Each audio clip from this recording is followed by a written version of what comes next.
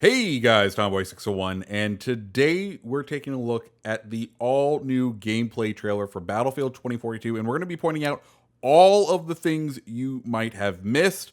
But before we do that, let's go ahead and let the trailer roll so you can see it in its full, and then we'll go break down frame by frame. Incoming fire!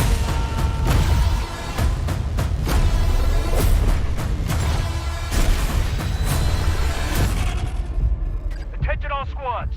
The Russian troops are falling back. Do whatever you can to secure the sectors.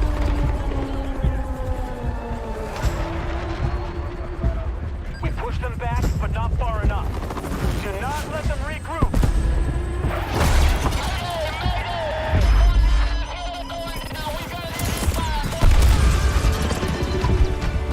Hostile close!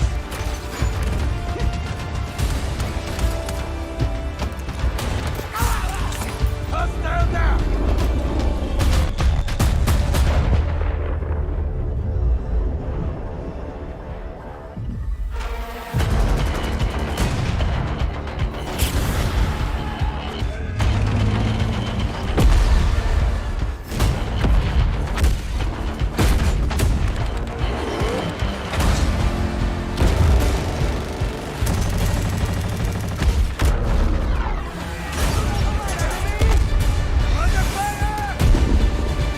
Stop! Watch out!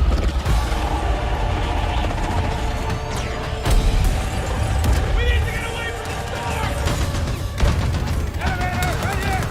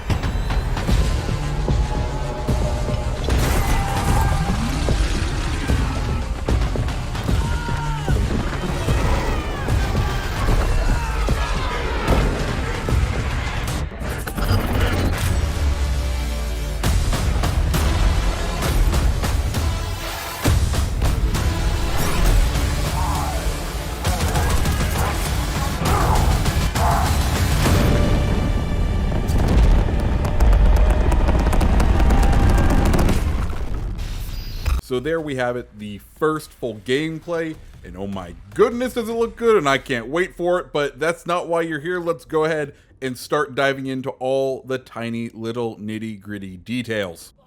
So here we are on the first scene. There's a couple things I want to point out. First, lower left, you can see that we're diving off the objective Echo 1. So this is an example of one of those sub-objectives for each area in the main sort of new conquest version that we've been told about. So this is one of the many points within Echo that you would need to capture in order to then capture the full zone of Echo. Then if we look over on the right, we can go ahead and kind of see the player HUD. We can see their primary weapon, how many rounds they have.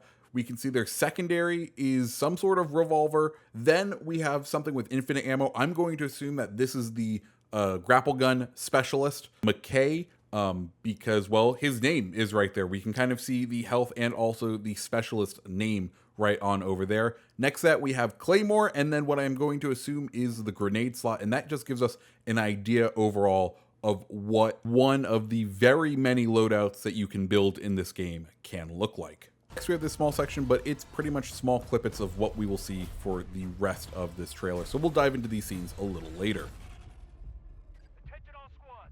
The Russian troops And here we go in this next scene. Now, one thing we can go ahead and look is that we're using the PBX-9, which I kind of find a little weird because this looks like a UMP, and if we look at on the gun, it says it's a 45. So you would usually think that 9 is like a denomination of the round it's firing, like a 9mm, but instead it says 45 on the gun. So I don't know if we'll get a change to that. Also, we can go ahead and see the character has some sort of hybrid optic on the gun, a suppressed pistol, and what looks like 2 rocket launchers as the gadgets.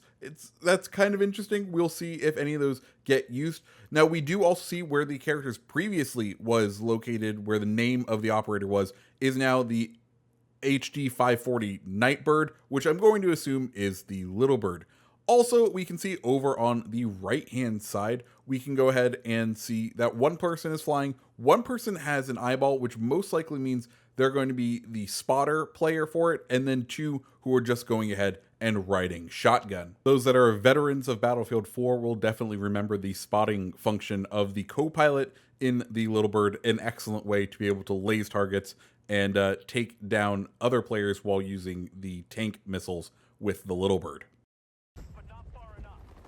Then we come to this scene here in the cockpit of the Apache. I think the important thing here is to look at, once again, that HUD and figure out what's going on.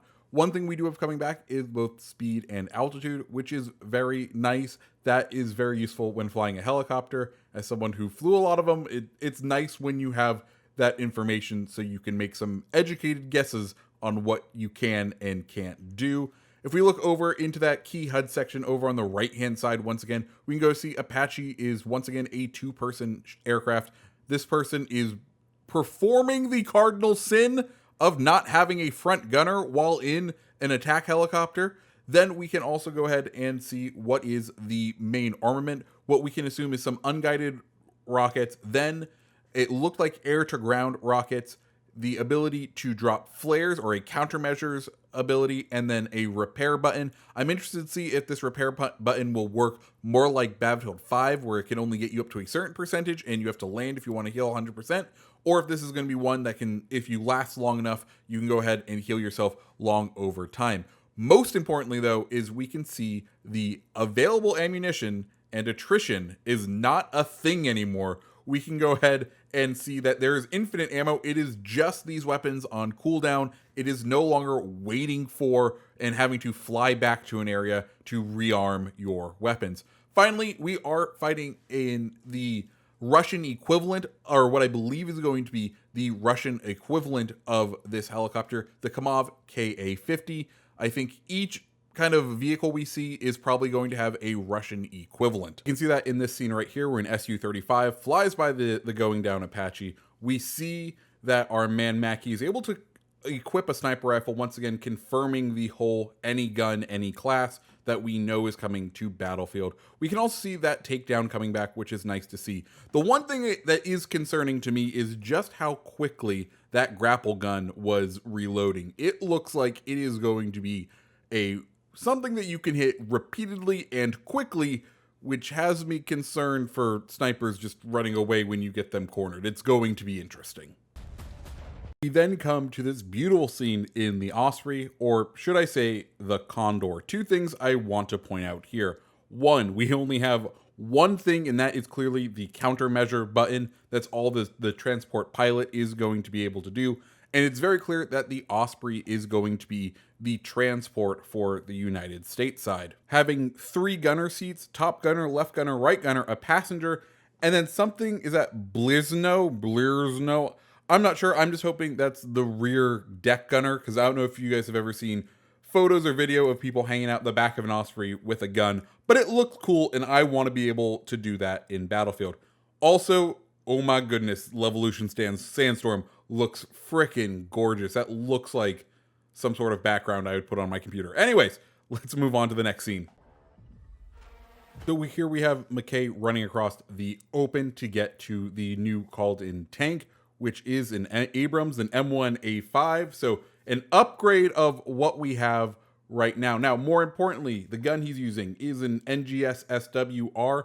It is the next generation rifle that Sig Sauer has produced in the current competition to replace the M4 for the American Army. So clearly in this Battlefield future, that is the replacement for the M4. Once we get rolling in the tank, we can see a couple of things. One, we once again have the main gun and then our secondary gun. It doesn't look like we're going to have any specialty ammo for the tank. The countermeasure looks like it's going to hide the heat, so maybe it will dissipate heat-seeking things, and then we have that basic repair. Next, the tank does have 4 seats in it, a driver/main gunner, the top gunner, the rear gunner, which I'm interested to see what that view is going to look like, and the spotter. I'm hoping the spotter can once again laze targets for other vehicles, because that's just a useful thing if we're going to have laser guided munitions in this game. The final thing I want to point out is what it looks like when you are capping. It appears we are finally getting this is how many people you have in the capping area, and this is how many people the enemy has. So you can easily tell just how many enemies you have left in order to eliminate, in order to make sure the whole area is clear.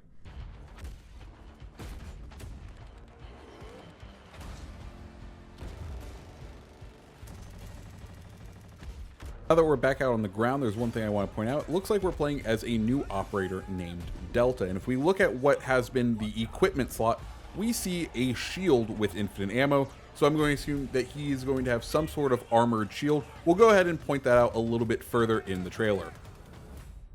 Now that we're in the elevator, we do get a preview of the weapon customization, like quick swap system. We can see that the Vector submachine gun is going to be called the K30. Also, we get a glance at what C4 is going to look like in this game. It appears to be a grenade slot weapon. We can also see some ziplining here, and what I think is going to be the Russian equivalent of the Osprey. As we can see, this, if we look, it's firing at two distinct locations, so I think that's going to be the Russian transport. So we can see that we are now playing Sundance, and Sundance is the specialist with the wingsuit. Also interesting, he doesn't have any charges for it, so he may be able to carry additional gadgets. Here we have a view inside the tuk-tuk. So the trailer didn't lie to us. We will be able to tuk-tuk around the city.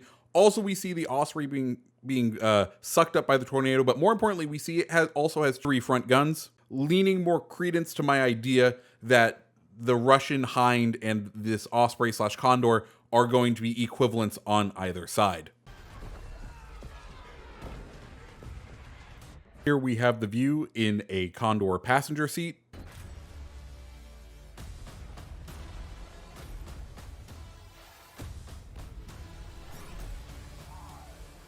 Here's the next interesting scene. For one, we have Delta using his shield over there in the corner, and now we're playing as Falk, the medic specialist that we've seen. And then if we look over here on the left, we have a guy who looks like he has like some sort of deployable cover that he has set up. And then finally, we have Falk using her stim pistol, of course, which you'll be able to heal with. And then in this final scene, we get to see a couple of things. One, the new LCMG, a light machine gun for the game.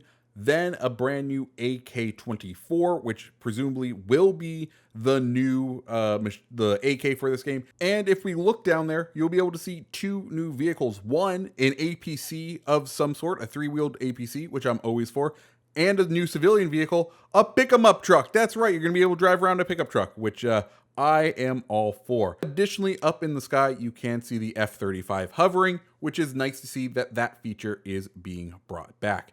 That's the video for today. If you liked it and you want more Battlefield 2042 content, let me know. Hit that like button, hit the subscribe button. If you noticed anything that I missed, let me know down in the comments below. And I hope you have a great rest of your day.